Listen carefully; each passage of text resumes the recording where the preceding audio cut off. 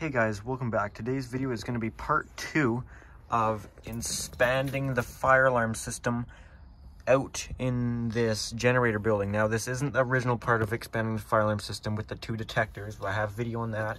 And this is installing these thermostats, these 2 thermostats, which both operate differently, to make sure this building doesn't get too hot or too cold.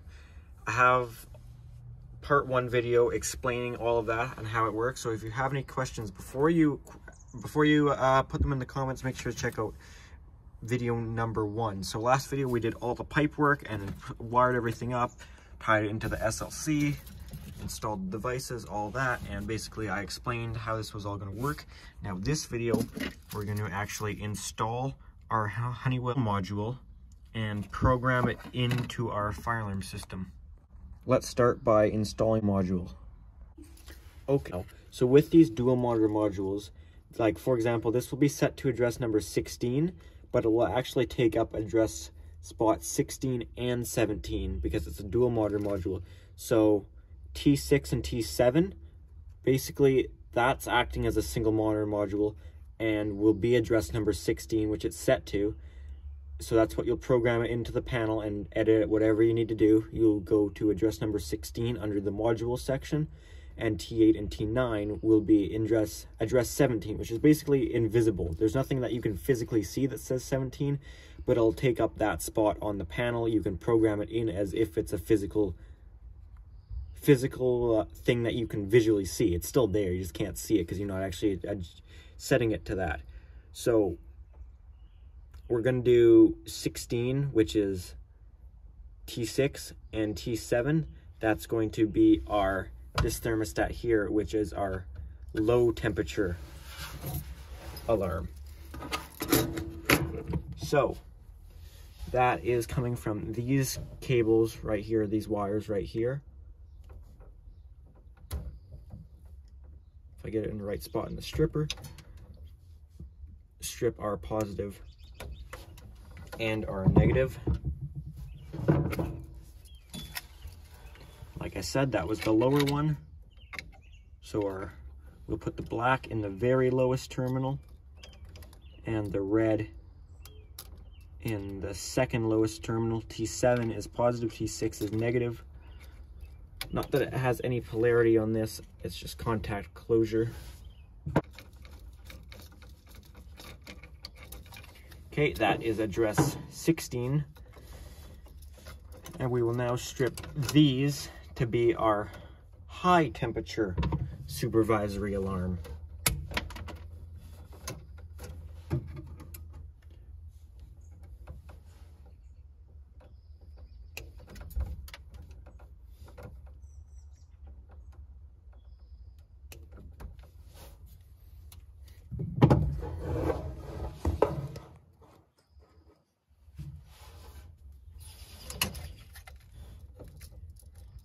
Negative is our bottom terminal again.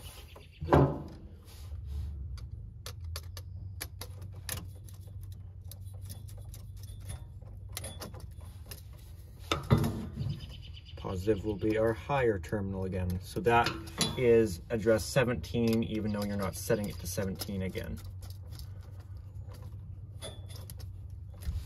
Okay, so that is all of this done. All of that wired up. We'll now take our SLC and put it onto our SLC positive and negative terminal. They switch it around on you here. Now negative's the top one, positive's the bottom one. Don't know why they do that, but whatever. We're gonna put our positives on first. Talked about this in the last video, but the color coding is not right here. Usually blue would in fact be negative, but it got messed up when I was installing this system originally. Here you can hear our SLC open trouble. We'll just have to listen to that for a bit, as it's a latching trouble, meaning it doesn't go away just because you fixed the problem. You actually have to reset the system. I don't know if I actually made that any longer or whatever. So we'll put these on our bottom terminal here.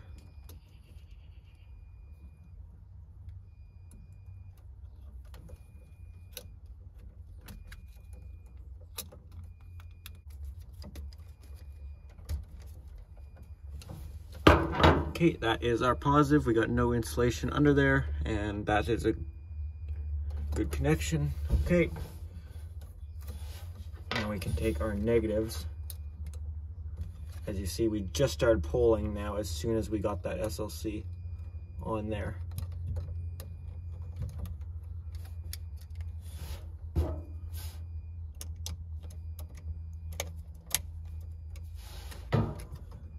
No, you guys gotta go on your own side.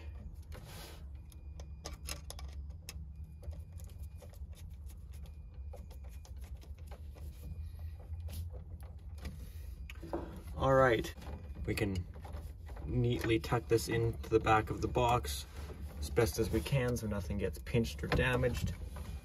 And that'll be fine like that. You gotta slightly back out these box screws. Always go with a deeper box. Don't go with a shallow box on these. Any kind of fire alarm module. They take up way too much room.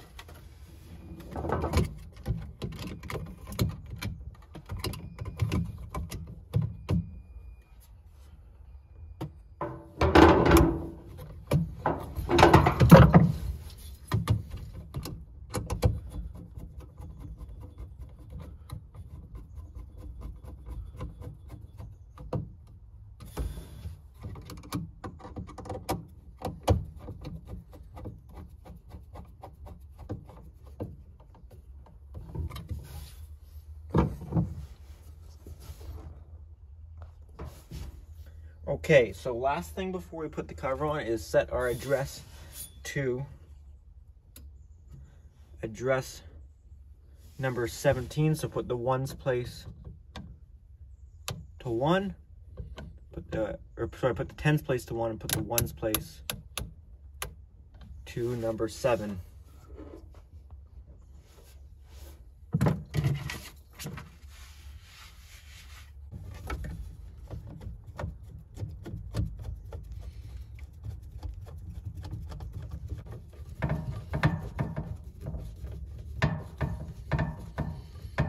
These can be tough to thread in the first time. Not like tough, but tougher than you'd expect for just a cover plate, just because you're actually like threading the plastic the first time. Okay, that is our monitor module installed in here. Now it's time for some programming. Okay guys, it's now time to do the inside programming. This is the fun part. Actually, usually I like the physical install better than the programming, except when I'm in a generator building that's just big enough for a generator. If I zoom in here, all right, I gotta find the best way to show this to you guys. Front lights off, front lights on, back lights off. That doesn't make a difference. Okay, I think we're best like that for programming. So I'll show you how you do that. 2 for programming. After you hit mode, factory default master password, all zeros. Get mad at me if you want. It's a factory master password. Who cares? We're going to go to point program number 2. Then we will go to module number 2. It's not a detector. This is a module. By the way, pull stations are also considered modules. Module. I don't know why my commentary is like this, but that's what you get, so I hope you enjoy. Number 1 for add the module. This device, if you remember, we set the address to address number 16. So we will go 0, 1, 6. This is not a control module. This is a monitor module. It already knows it's not a pull station, it appears. I didn't know that. I guess it can tell the difference from any type of module other than a pull station and a pull station. So this is a monitor module. So number 2, this is added. We'll hit escape to add number 17, which is the same part of that module. Again, like I said earlier, even though we didn't set 17, it exists because that's a dual monitor module. So 0, 1, 7. This is also a monitor module, of course. This is added. We have to go to escape, then we'll go to edit number 3. We'll start by adding 16 number first. So 0, 1, 6. Trouble monitor. Well,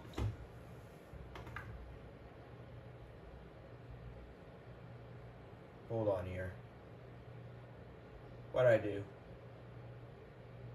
edit module, enter 0, 1, 6.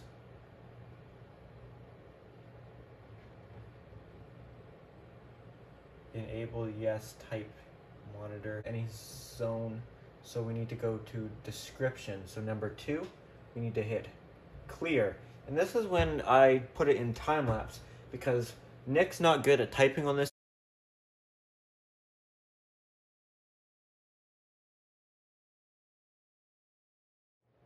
I have now typed in generator low temp. So I will now, is it enter? Okay, yeah, hit enter. And that saved the description as generator low temp. We can escape this one. Edit module address number 017. This is also monitor. This one's not trouble monitor though. The other one was trouble monitor.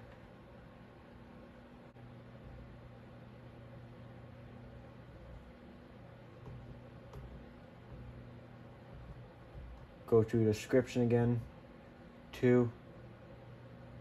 Clear all of that, and this one will be generator high temp.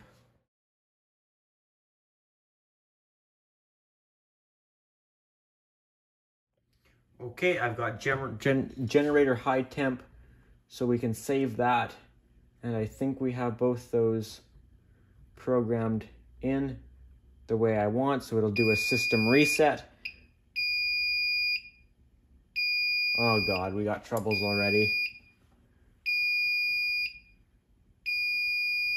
Dang it! Let's see what we screwed up. Don't come up with a trouble, don't. That scared me. Invalid reply, just as I thought I was good. Okay, I just figured out what the trouble is. I know I already mentioned this earlier in the video. I probably would have done a voiceover explaining how stupid I am. And man, I feel stupid right now. I'll do about it now. No point of hiding my mistake. Some set the address to 17. Where he got 17 from in his head, I don't know. Highest device on the system is 14. There's no reason this can't be set to 15. I don't even know why I set to 17 at all. That's too off. So we programmed in 17, which that worked because that's what this was set to. And then I set the other one to 16. Somehow I got it in my head that 15 was the highest on the system. So I got to set this back to 15 and reprogram it. And everything that I showed earlier is still valid information. I was just programming into a point that doesn't exist. So I've freaking torn apart this whole thing 10 times, running around like a crazy person. Can't get this through my head. Why the heck this freaking panel is still in trouble. All right, we got this thing straightened out finally, and I've basically recreated those points I created to the actual points that truly exist. Okay, so let's activate the low temp. So to activate it falsely, we'll just turn it up, turning up the point that it's considered a low temperature. Like I've got it down about 7 degrees, but I gotta change it to what it considers low temp. Change it back. So there we got our low temp alarm to come on, or our supervisory, I should say.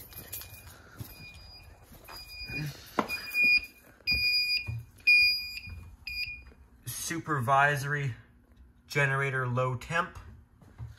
All right, well, let's activate the high temp then. So the same thing. Right now, the high point, it's considered hot. Basically, I'm trying to word this simply so you guys can understand. Right now, where this is set, it's considered hot at about 30 degrees, but we got to turn that point down to where it actually is so we can false activate it. So we'll turn down to where it's considered hot. Right there, heard it click. Turn it back up so we don't get false alarms. So now we should have a generator high temp alarm.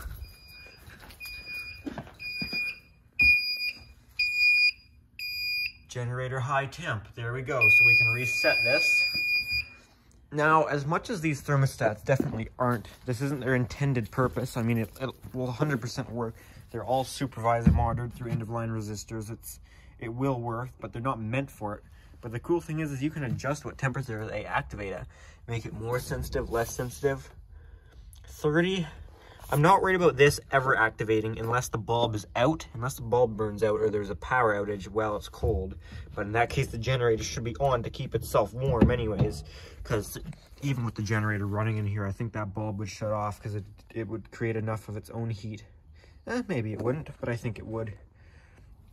So that will probably never come on, but the high heat, that one may come on in the summertime. Like last summer, it got to 40, I think we hit 47 degrees Celsius here, which is about 116 Fahrenheit, which is hotter than it usually gets, but it did happen, so that may set it off.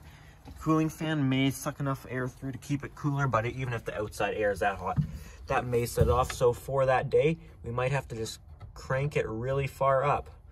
And if that's not possible, we'll just have to ignore the system in Supervisory. Anyways, that has this installed and working fine. So I think we're good for out here now. I think that's all done. All right, now that's our system reset, and I think that is this job done.